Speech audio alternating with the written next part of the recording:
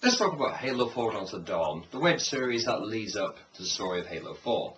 Now, for those few fans who have not yet seen this series, watch it. You've only got about a day or so before the game comes out, so you haven't got much time, so come on, watch the series.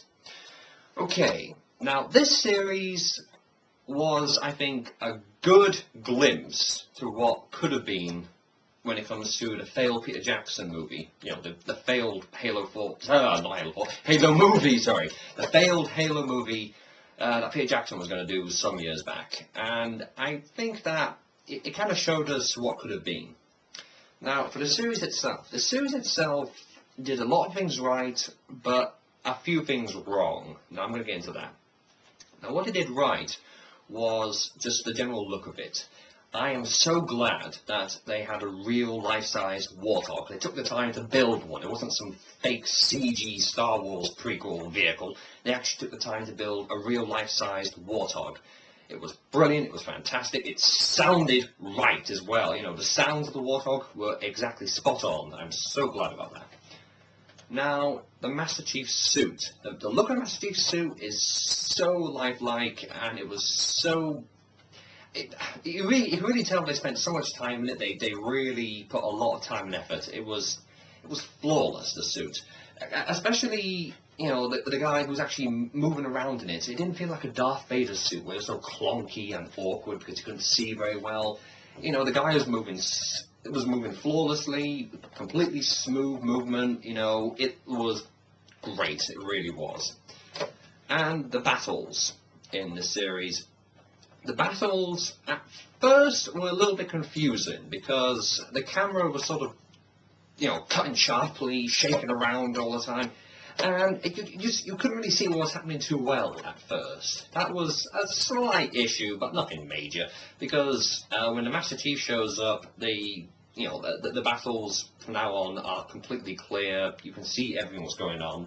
There's a scene especially when the Master Chief is running across this balcony and he's got a pistol and he's shooting a line of jackals in perfect order.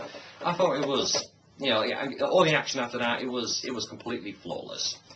Now, I will say that the voice of Master Chief kind of, well, it's not the voice from the video games. You know, they didn't get the voice actor who played the Master Chief from the video games.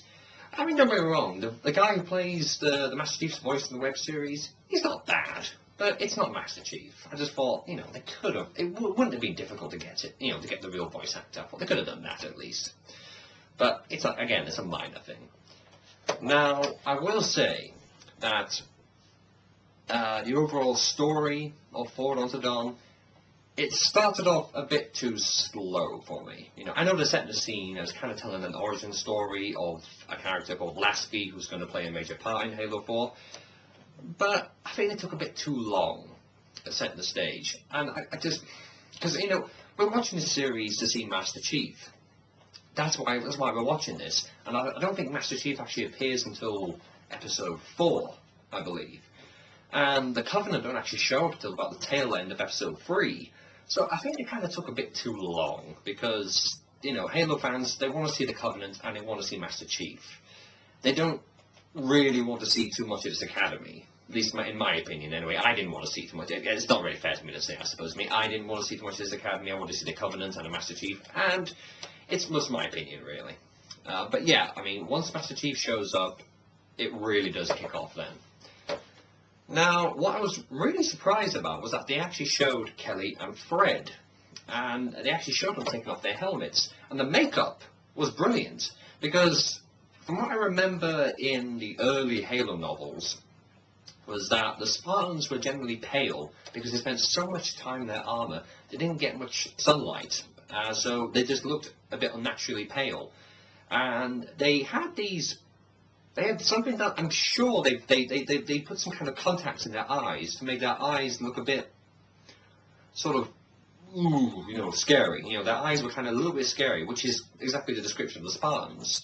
So I'm glad that they stuck so closely to the material in the novels.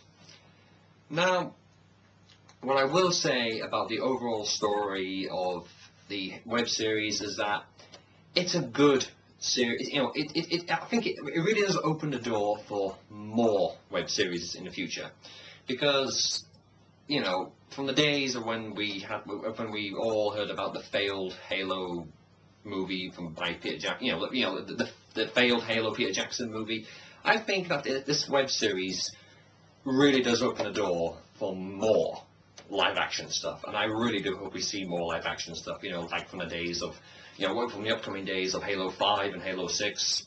Oh, I was going to say upcoming days, sorry, I mean upcoming years, because it's going to be quite a few years until we get Halo 5 and Halo 6. But, yeah, I think it really does open the door for more. So, I really do hope we see more of this stuff. Oh, yes. The segments at the beginning of each episode, the Cortana segments, they were really well done. They felt really eerie and a little bit dark and slightly scary, because you really do get a sense of Cortana just completely slipping into a state of rampancy. She's kind of arguing with herself. I think at one point she even considers harming the Master Chief, but then she stops herself. There's this internal battle within herself. And I think it really gives you a good insight of what she's going to be like in the game.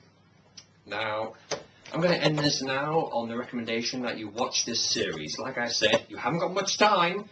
The Halo 4 game is coming out in a day or so. So, come on, watch this series. It is really worth your time. That's all I've got to say. Thanks for watching.